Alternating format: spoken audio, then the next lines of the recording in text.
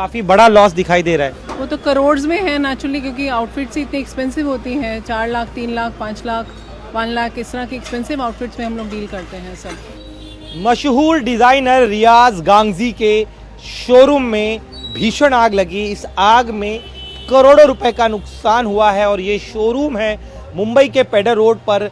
इस शोरूम का नाम है लिबास, जहां पर आज सुबह करीब 6:30 बजे के दरमियान इस शोरूम के भीतर से धुआं उठता दिखाई दिया। आनन फानन में तमाम इस बिल्डिंग के जो ऊपरी हिस्से में लोग रहते थे उन लोगों को बाहर निकालने का प्रयास किया गया, लेकिन जिस तरह से यह आग लगी थी उस आग में इस शोरूम में मौजूद रखे गए तमाम डिज़ाइनर कपड़े जलकर खाक हो गए। ये बाईं तरफ का जो आप सेक्शन देख रहे हैं यह मेंस सेक्शन है। मैं आपको दाईं तरफ लेकर चलता हूँ। जो सबसे ज़्यादा आग में डैमेज हुआ है यह अंदर का हिस्सा है। ब्राइडल सेक्शन और विमेन सेक्शन इस जगह पर थे। सामने आप देखिए किस तरह से लाखों रुपए के जो इनके डिज़ाइनर कपड़े हैं वो इस आग में पूरी तरह से जलकर खाक हो गए हैं। शादियों का सीज़न है, पूरे देश भर से इन्हें ऑर्डर्स मिले थे। जो ऑर्डर्स थे ब्राइडल कपड़ों के वो तमाम कपड़े जलकर खाक हो गए हैं। अंदर इस समय आप देखिए किस तरह से पूरा ये जो सेक्शन है जलकर राख हो चुका है। दमकल के कर्मचारी अंदर मौजूद हैं और यहाँ पर इन बिखरे हुए कपड़ों को देखिए। जिनके घरों में शादियाँ हैं, जिन्हें ऑर्डर डिलीवर करना था, वो ऑर्डर कैसे डिलीवर किया जाए यह चिंता इन्हें सता रही है। बाहर जो कुछ कपड़ों को निकालने में इन्हें थोड़ी बहुत कामयाबी मिली है। इन कपड़ों को देखिए ज़रा। देश के कई मशहूर डिज़ाइनर्स में इनकी शुमार है रियाज गांगजी का, और यहाँ पर उनके बनाए हुए जो डिज़ाइनर कपड़े होते हैं उनकी काफ़ी मांग होती है। लेकिन अब देखिए किस तरह की स्थिति में ये तमाम कपड़े मौजूद है। यहाँ पर मैनेजर जो है इस शोरूम की, ममता कपूर, उनसे हमारी बातचीत हुई। उनका कहना है कि यहाँ पर जो कपड़े हैं वो 70 हज़ार से लेकर 10 लाख रुपए तक के कपड़े उनके थे। अलग अलग सेक्शंस में रखे हुए थे। वो तमाम कपड़े जो हैं वो इस तरह से जलकर खाक हो गए हैं। बाहर इन कपड़ों को आप देखिए किस हालत में यहाँ पर ये तमाम कपड़े मौजूद हैं। लगभग एक बड़ा हिस्सा इस शोरूम का पूरी तरह से जल चुका है। आग कैसे लगी या इसकी वजह अब तक पता नहीं चल पाई है, लेकिन अंदर के इन तमाम हिस्सों को आप देखिए ज़रा। जिनके घरों में शादियां हैं, जो उम्मीद कर रहे थे कि आज कल में डिलीवरी होगी, वो भी काफ़ी ज़्यादा परेशान होंगे। और यहाँ पर स्टाफ का कहना है कि कल रात तक सब कुछ ठीक था, सब कुछ सही सलामत था, लेकिन अचानक से यह आग कैसे लगी इसकी जानकारी उन्हें भी खुद नहीं है। अब उनका प्रयास ये हो रहा है कि जितने जो कपड़े बचे हुए हैं उन्हें जल्द से जल्द बाहर निकाला जा सके, ताकि जो डैमेज है। हमारे साथ इस शोरूम से जुड़े हुए लोग, उनसे बात है। मैम, आपका नाम बताइए, किस तरह से ये आग लगी, इस बारे में बताइए। मेरा नाम ममता कपूर है और मैं यहाँ मैनेजर हूँ।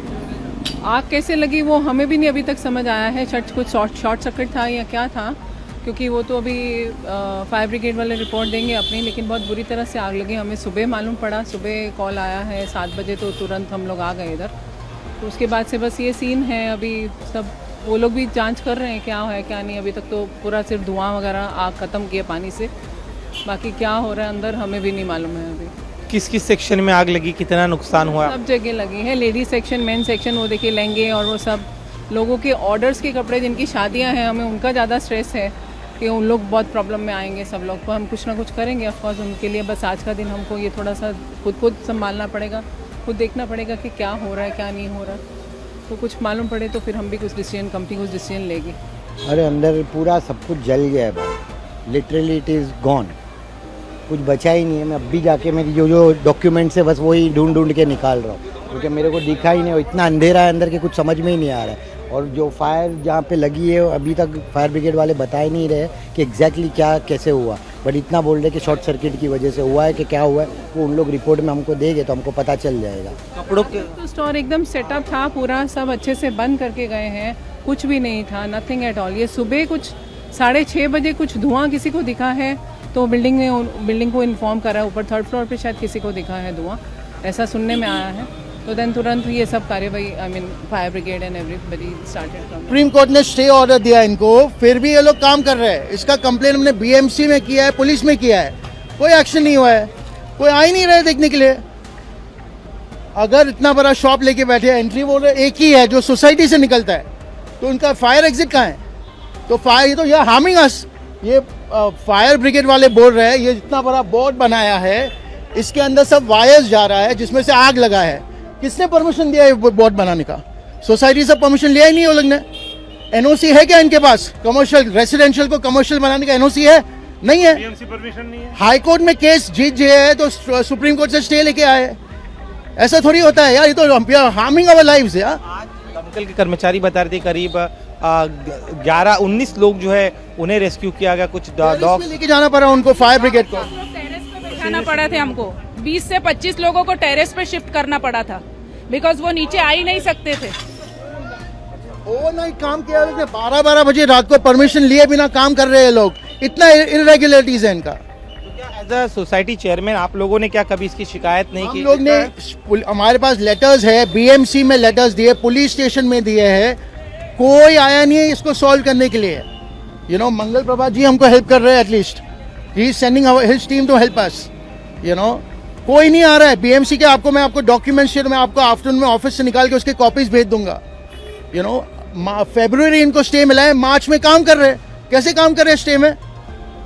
अगर सुप्रीम कोर्ट का स्टे है, how are they working and why is not BMC taking any action against it? Sir आप कुछ कहें? नहीं, बस यही है कि टोटल इरेगुलरिटीज हो रही हैं। रेजिडेंशियल बिल्डिंग में कमर्शियल एक्टिविटी है, कोई सुन नहीं रहा। बीएमसी में हमने ऑलरेडी कंप्लेन की भी है। There is no permission from the our society, BMC, what we can do. कई सालों से हम इस शोरूम को देख रहे हैं, तो क्या जब ये बिल्डिंग से केस चल रहा है, यू नो, 2000 कभी बना यहाँ पे? I would not know that. Would be much put on 3, 4 या 5. I don't know which year. But 2007 से हमने केस चालू किया इनके ऊपर। But it is a completely residential building which they have कैसे आप लोग बाहर कैसे आ पाए? बचे कैसे? सबको धीरे धीरे करके निकाला हम लोगों ने। पहले ही इन्फॉर्म करके नीचे उतार दिया, बाकी लोग को बोला रुको ऊपर, तो फायर ब्रिगेड ने बोला उनको बोला टेरेस पे चले जाए।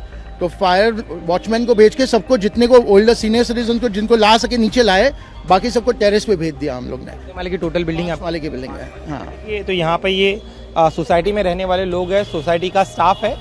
उनका आरोप ये है कि इस इमारत में, ये जो ग्राउंड फ्लोर पर हम देख रहे हैं, अवैध रूप से एक रेसिडेंशियल प्रॉपर्टी को कमर्शियल में कन्वर्ट किया गया। इनका यह भी आरोप है कि 2 फ्लैट्स को बीच की दीवार तोड़कर इसे यहाँ पर जो है यह शोरूम बनाया गया। तो इसके खिलाफ यह पूरा मामला चल रहा है अदालत में। सुप्रीम कोर्ट से हाई कोर्ट के ऑर्डर पर स्टे मिली हुई है।